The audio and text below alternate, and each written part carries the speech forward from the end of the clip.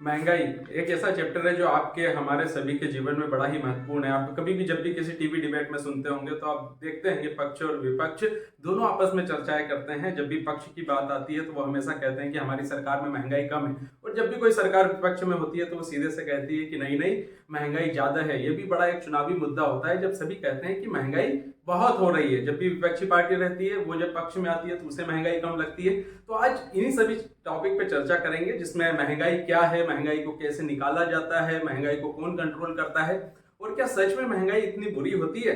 तो इन्हीं सारी चीजों पर हम लोग चर्चा करेंगे। तो पहले चैप्टर से शुरू करते हैं कि ये महंगाई होती क्या है। तो जब भी किसी सामान की या कीमतों में असमान या अस्थायी वृद्धि होती है तो उसे हम महंगाई कहते हैं। तो महंगाई अगर हम लोग सीधी सीधी भाषा में अगर पता करें तो एक इस तरह से कि कोई भी अगर गुड्स है उसकी कीमतों में अगर वृद्धि हो रही है तो उसे हम महंगाई के रूप में जानते हैं।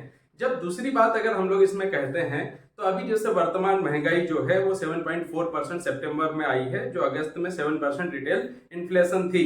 अभी दूसरे टॉपिक पे हम लोग आते हैं कि महंगाई को आखिर निकाला कैसे जाता है। तो अगर हम लोग बात करें तो 2015 तक जो महंगाई को निकाला जाता था वो WPI होलसेल प्राइस इंडेक्स जो होता है उसके माध्यम से महंगाई को निकाला जाता था।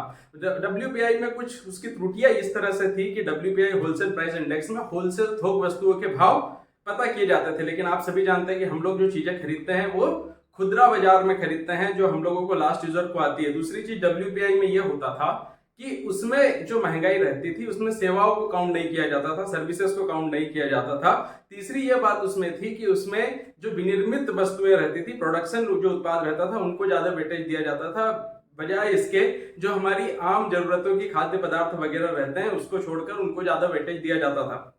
तो 2015 के बाद में 2015 में जो है CPI को लाया गया, जिसमें कंज्यूमर प्राइस इंडेक्स जिसको CPI कहा जाता है उनके अनुसार जो है महंगाई को निकाला जाता है, जिसमें विभिन्न तरीकों से देखा जाता है। जो RBI है और दूसरी एजेंसीज है, NSO वगैरह है, उस पर स्टडी करता है कि महंगाई कितनी हो रही है। तो जो WPI है और CPI है, CPI का जो आधार वर्ष है वो 2004 और 5 पहले हुआ करता था, WPI का भी उसको अभी बदल करके जो कर दिया गया है वो कर दिया गया है 2011-12। तो 2011-12 के हिसाब से महंगाई को निकाला जाता है। तो WPI में जो था कुल 697 वस्तुएं रहती थी, उनकी मासिक आधार पर कितना उनमें चेंजेस आ रहा है उसको नापा जाता था। अभी जो महंगाई है उसमें CPI में जो रहता है इसमें खाद्य पदार्थों को ज्यादा वेटेज दिया गया है। एक टोकरी बनाते हैं जिसमें विभिन्न प्रकार के सामान रहते हैं, जिसमें उसको मासिक आधार पर देखा जाता है कि उसमें कीमतों में कितना परिवर्तन हो रहा है। तो ये CPI के माध्यम से निकाला जाता है। CPI में भी अगर हम लोग देखा जाए तो CPI को भी 4 तरीकों से उसकी गणना की जाती है। तो CPI में जैसे कि एक इंडस्ट्रियल वर्कर के लिए CPI होता है, दूसरा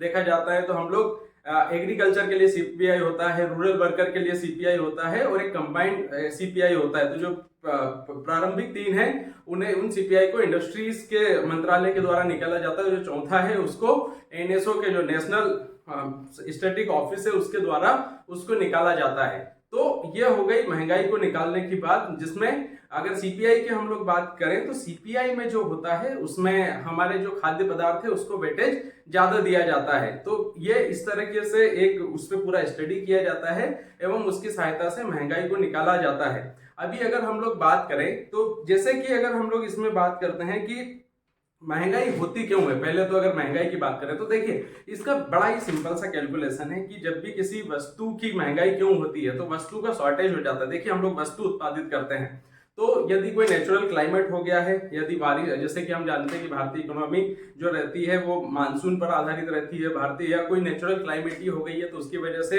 वस्तुओं की कीमत बढ़ सकती है। दूसरा अगर हम लोग देखा जाए तो किसी वस्तु की अगर शॉर्टेज हो गई है तो उसकी वजह से भी महंगाई हो सकती है। तीसरा यदि हम लोग देखा जाए तो अगर लोगों के आमतौर पर यदि देखा जाए तो लोगों के पास में ज्यादा पैसा है, या बैंक से अगर सस्ता कर्जा अगर मिल रहा है तो लोगों के पास ज्यादा पैसा आ जाता है तो वो ज्यादा इन्वेस्ट करते हैं।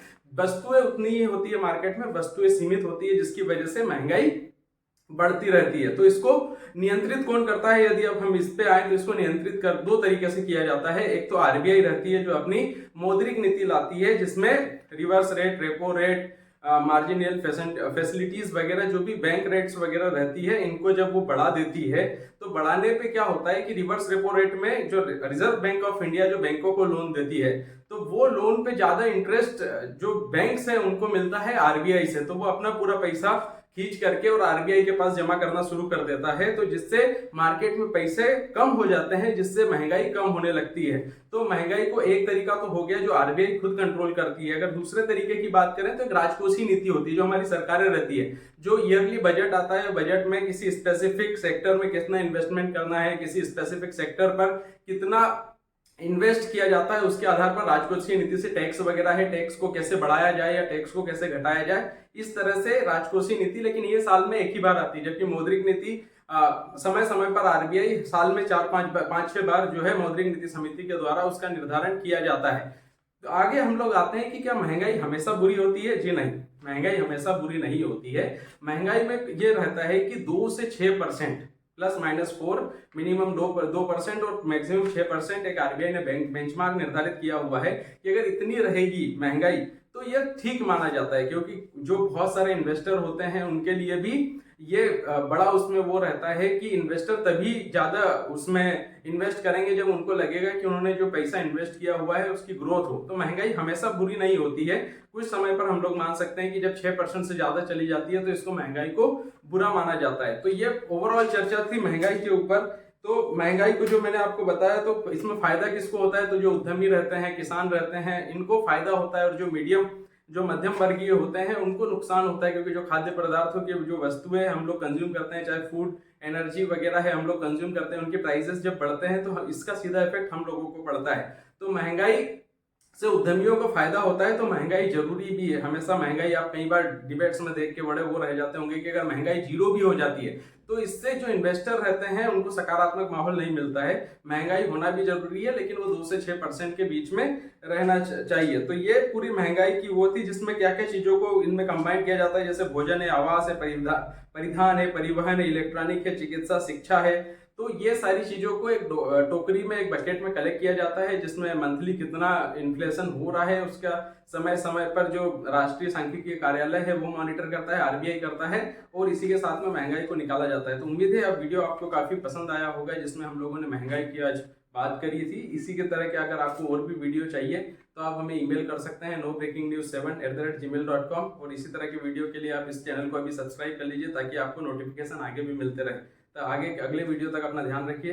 Thank you.